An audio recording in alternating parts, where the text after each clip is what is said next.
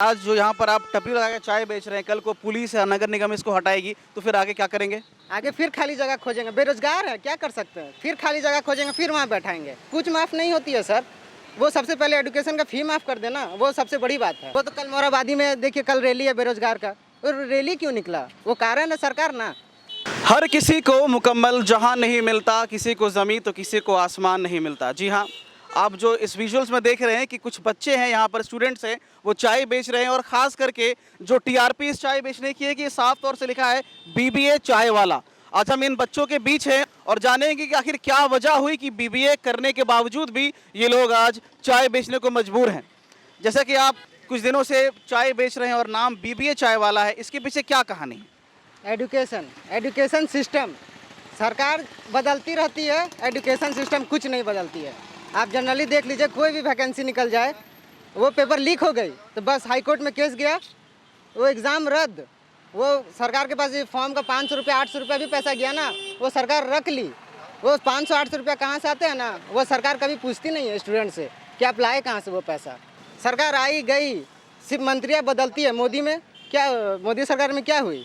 Education बस private school की चली, उसमें उनको मंत्री, क्या नाम है उनकी, वो उनको सीधे बदल दिया गया डायरेक्ट। ये सिर्फ मंत्रियाँ बदलते हैं, एजुकेशन सिस्टम को सुधारने का कभी सोचते भी नहीं हैं। एक अहम बात यह है कि आज जो यहाँ पर आप टपरी लगा के चाय बेच रहे हैं, कल को पुलिस या नगर निगम इसको हटाएगी तो फिर आगे क्या करेंगे? आगे फिर खाली जगह खोजेंगे। बेरोजगार है, क्या कर सकते हैं? फिर खाली जगह खोजेंगे, फिर वहाँ बैठाएंगे। लेकिन सरकार ये सोचेगी तब ना। सरकार जिस तरह मंत्रियाँ बदलती है, उस तरह हम लोग को अपनी दुकान शिफ्ट करनी होगी। पेट तो चलाना है ना, यहाँ कमाएंगे तभी शाम को खाएंगे, तभी रूम रेंट भर पाएंगे, तभी अपना एजुकेशन कर पाएंगे। ये मतलब कोरोना वायरस जो हुआ, सरकार बोली आपको हर चीज़ का सुविधा मिलेगी। क्या सुविधा मिली? फॉर्म यदि एक सेमेस्टर का फॉर्म का जो 600 रुपया लग रहा है ना, वो कर देते 300 रुपया, वो भी तो नहीं किए। वो तो सीधा बोलते आपकी हर चीज़ का रेंट माफ़ हो जाएगी, ये माफ़ हो जाएगी। कुछ माफ़ नहीं होती है सर। वो सबसे पहले एजुकेशन का फ़ी माफ़ कर देना, वो सबसे बड़ी बात है। प्राइवेट स्कूल तो ऑनलाइन क्लास लेके कर रहे हैं। आपके भी बच्चे प्राइवेट स्कूल में होंगे, ऑनलाइन क्लास करते हैं। क्या आपके बच्चे पढ़े हैं? आप तो फ़ी भर रहे हैं, 1000-2000 रुपये फ़ी भर रहे हैं।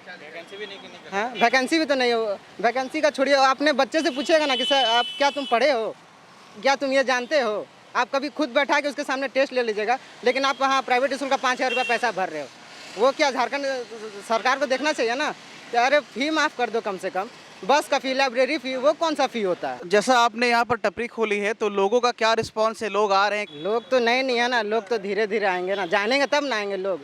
सबसे बड़ा ये है कि बीबीए चाय वाला इन्होंने नाम रखा है। आप भी एक युवा हैं, क्या कहना चाहेंगे जो तकलीफ फेस कर रहे हैं?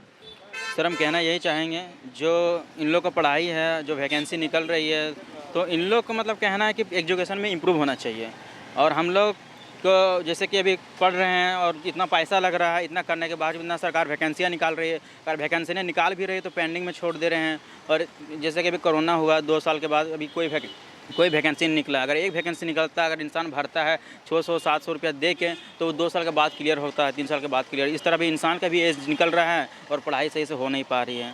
और हम लोग जो भी पढ़ रहे हैं डिग्री लेके ये करके, अगर कहीं प्राइवेट में जाते हैं तो प्राइवेट भी सही नौकरी नहीं मिलता है, प्लस में सैलरी अच्छा खासा नहीं मिलता है।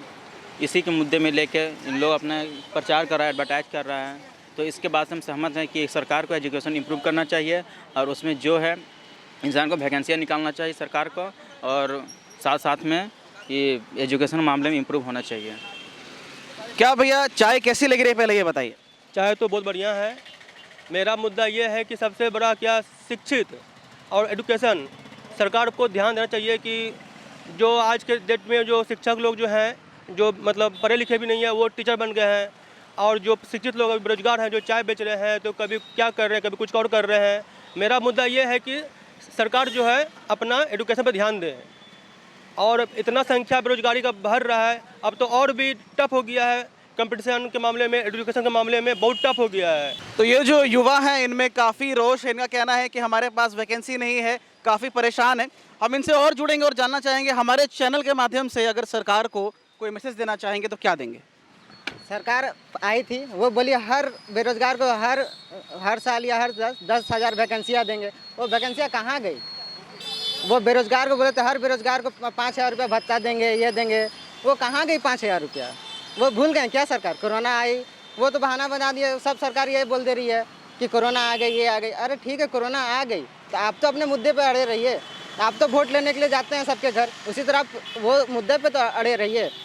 क्या हम क्या एक स्टूडेंट क्या एग्ज़ाम नहीं देते हैं, छोड़ देते हैं क्या? वो भी तो एग्ज़ाम का डेट आती है तो एग्ज़ाम देते हैं। तो आप भी तो बोले हैं, वादा किए हैं जो वो पूरा कीजिए, वो तो कहीं पूरा ही नहीं करते हैं। वो तो कल मोराबादी में देखिए, कल रैली है बेरोजगार का, और रैली क्यों निकला? वो कारण है सरकार ना, वो कारण भी सरकार है। हाँ, मैं भी जाऊँगा उस रैली में, मैं भी बेरोजगार हूँ तभी यहाँ खड़ा हूँ। तो इनका ये कहना है कि हमारी जो उम्मीदें हैं उस पे जो काम हो नहीं पा रहा है, ये लोग बेरोज़गार हैं और काफ़ी रोष में दिख रहे हैं। और हम उम्मीद करेंगे कि सरकार का नुमाइंदा अगर हमारे इस वीडियो को देख रहा है तो इन जैसे लोगों पर ध्यान देने की ज़रूरत है। क्योंकि ख़ास बात ये भी है कि ये BBA किए हुए हैं और आगे हायर स्टडीज़ के लिए MBA भी करना चाहते हैं, लेकिन गरीबी और जो हालात हैं उससे मजबूर हो चुके हैं। सहयोगी प्रदीप के साथ मैं सुरूर BNN भारत के लिए।